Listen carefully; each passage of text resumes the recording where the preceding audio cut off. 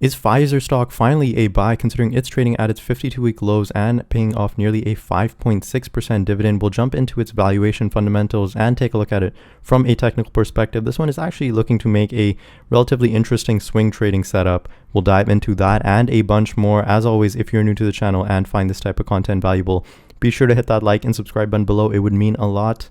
Shares of Pfizer are down nearly 42.5% year to date. It is actually one of the worst performing stocks in its sector, in the pharmaceutical sector.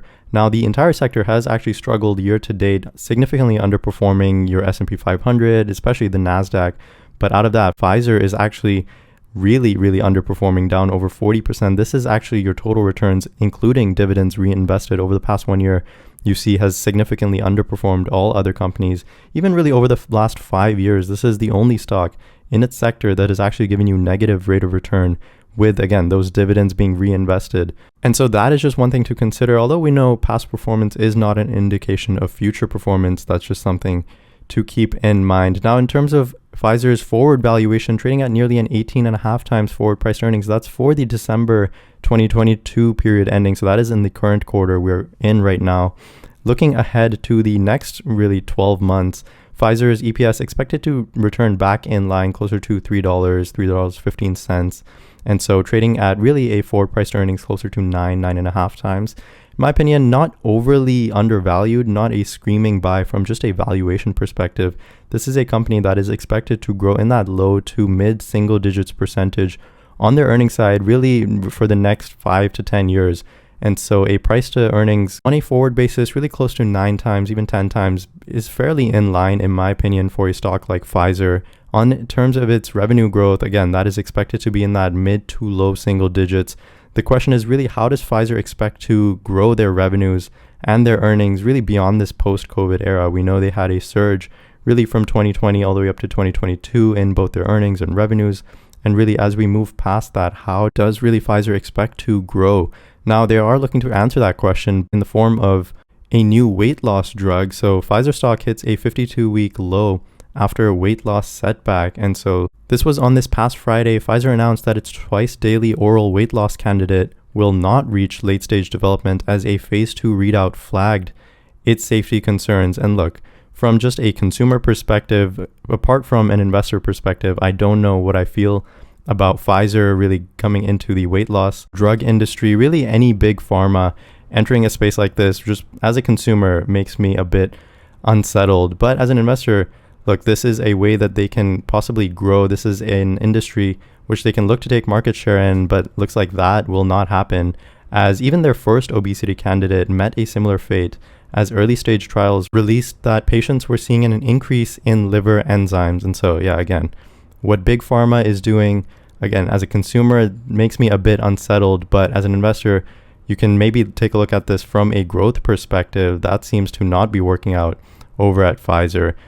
The other way they're looking to grow is through mergers and acquisitions. So this was back in April. Pfizer announced a nearly $43 billion acquisition of Seagen. And the question is, did Pfizer overpay for this acquisition? It's not really closed yet, but from the look of Pfizer's balance sheet, which we'll get into, they are expecting this deal certainly to close. Now, Merck, another pharma company, had actually offered Seagen a acquisition buyout at nearly $195 per share. And then Pfizer ultimately went through with this acquisition at over $229 per share. And so again, is the question that did Pfizer pay up too much for this company? But certainly acquisitions and mergers is another way to grow for a company that's really, frankly, not looking to grow organically all that much. Now, in terms of their quarterly numbers, 2023 was frankly a year to forget over at Pfizer. You see over in their Q3, revenues declined nearly 42%, coming in at just $13.2 billion. Your cost of sales actually did increase over 50% in that same period. This was due to a one-time non-cash expense in their cost of sales, but still on a 9-month basis, they were able to reduce their cost of sales by close to 30%. But again, if your revenues are declining by nearly 42%, your R&D spend really still has to stay the same. Selling G&A stays the same over at Pfizer. And yeah, your income from operations will absolutely get devastated. You see, last year they were generating nearly $9 billion worth of income from operations. This year in the same quarter, they took a loss from operations of nearly $3.3 billion. On a 9-month basis, paints relatively a similar picture as your income from operations were down nearly 82%. And same thing, your net income down nearly 80% on a year-over-year basis for that 9 months.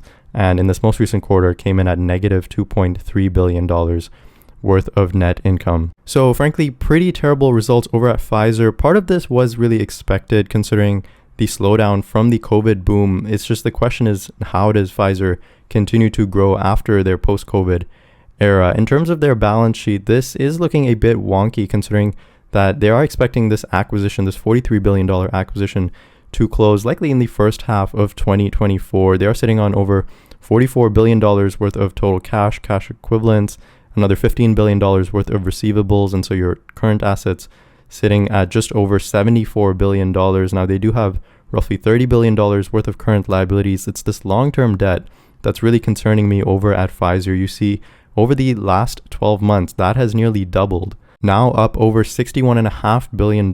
You see, this is the last 10 years over at Pfizer. They've been relatively in line, somewhere between $30 and $35 billion worth of long-term debt. And now that being nearly doubled in a high interest rate environment, that will certainly hurt Pfizer for the foreseeable future. Again, having total debt of over $64 billion, that means their net debt is closer to $20 billion. You take your total debt, subtract off your cash and cash equivalents, having a net debt of nearly $20 billion.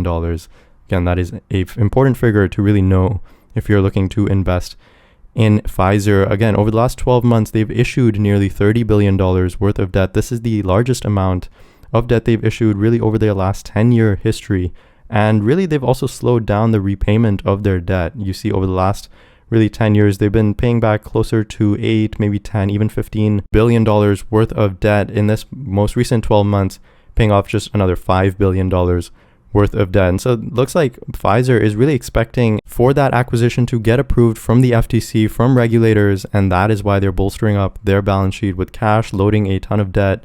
And again, is the question that they overpaid for the stock? I guess we'll only really find out in the upcoming few years. Now, moving on to the technical part of Pfizer stock, this is honestly, in my opinion, where the stock really gets interesting. This has been making a descending wedge really over the past 1 year, and so any dip you've bought has continued to really go lower. Now, a descending wedge is actually a bullish signal if you can see a breakout above the level of resistance above the stock.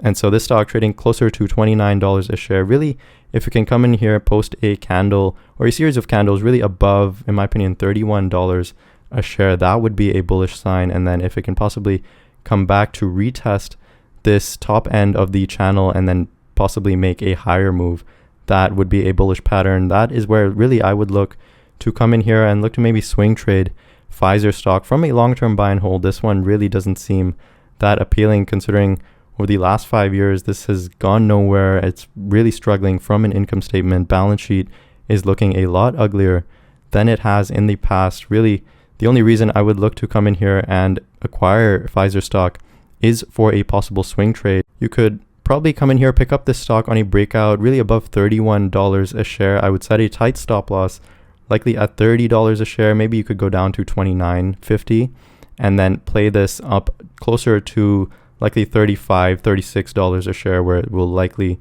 see a level of resistance. Not the best swing trade in my opinion. Again, you have roughly 10 to 15% upside, and then if you set that stop loss closer to $29 a share, you have roughly 5% downside. So not a huge swing trade opportunity, but does present itself for investors that are looking to play that. Now, other stocks in this space have also really seen the same declines. You take a look at a stock like Moderna, you can basically draw in the same trend lines, and this one maybe is poking towards the upper end of the channel already. So you could possibly do the same thing over at Moderna.